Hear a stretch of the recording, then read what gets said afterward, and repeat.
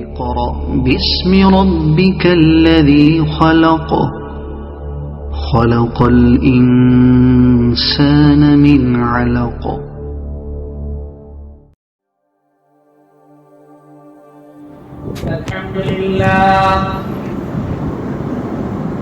الحمد لله وكفى وسلام على عباده الذين اصطفى وعلى آله وأصحابه الذين هم نجوم الهدى وقادة التقى. أما بعد، أعوذ بالله من الشيطان الرجيم. بسم الله الرحمن الرحيم. النبي أولى بالمؤمنين من أنفسهم وأزواجه أمهاتهم. آمنت بالله صدق الله مولانا العلي العظيم وصدق رسوله النبي الأمي الكريم ونحن على ذلك لمن الشاهدين والشاكرين والحمد لله رب العالمين. درود شریف پڑھ لیں. اللهم صل على محمد وعلى آل محمد كما صليت على إبراهيم وعلى آل إبراهيم إنك حميد مجيد. اللهم بارك على محمد وعلى آل محمد كما باركت على إبراهيم وعلى آل إبراهيم إنك حميد مجيد. میرے عزیزوں، پیاروں، بزرگوں، اللہ کے رسول پر ایمان رکھنے والے میرے دین عظیم بھائیوں، قرآن کریم کی جس آیت کی ابھی خطبے میں تلاوت کی گئی، اللہ رب العزت اس میں ارشاد فرما رہے ہیں کہ النبی اولی بالمؤمنین من انفسہم. نبی کو مؤمنین پر ان کی جانوں سے زیادہ حق حاصل ہے. یعنی ہمارے جو نبی ہے جناب محمد الرسول اللہ صلی اللہ علیہ وسلم، ان کو ہم پر ہماری جانوں سے زیادہ حق حاصل ہے. اور آگے اللہ ارشاد فرماتے ہیں وَأَزْوَاجُهُ أُمَّهَاتُهُمْ، کہ آپ کی جو بیویاں ہیں، آپ کی جو بیگمات ہیں، آپ کی جو ازواج مطہرات ہیں، وہ امت کی پاکیزہ مقدس مائیں ہیں. عزیزوں، پیاروں، اللہ رب العزت نے تمام انبیاء علیہم السلام صلوات و تسلیمات، اور اس میں بھی بالخصوص فخر کائنات محسن انسانیت شفیع المذنبین رحمت للعالمین سید الاولین والآخرین محمد مصطفیٰ احمد مجتبی مکی مدنی عربی صلی اللہ علیہ وسلم کو عام دیگر انسانوں کے مقابلے میں ایک امتیازی شان عطا فرمائی، ایک امتیازی پوزیشن عطا فرمائی، ایک مخصوص زندگی عطا فرمائی کہ عام انسانوں کا حال تو یہ ہے کہ وہ کھاتے ہیں، پیتے ہیں، سوتے ہیں، جاگتے ہیں، اٹھتے ہیں، بیٹھتے ہیں، دنیا کے کام کاج کرتے ہیں. لیکن آپ علیہ السلام کا جاگنا، آپ کا بیدار ہونا، آپ کا بات کرنا، آپ کا کھانا، آپ کا پینا، آپ کا شادی کرنا، آپ کا رشتہ داروں کے ساتھ سلوک کرنا، یہ تمام چیزیں قیامت تک آنے والی انسانیت کے لیے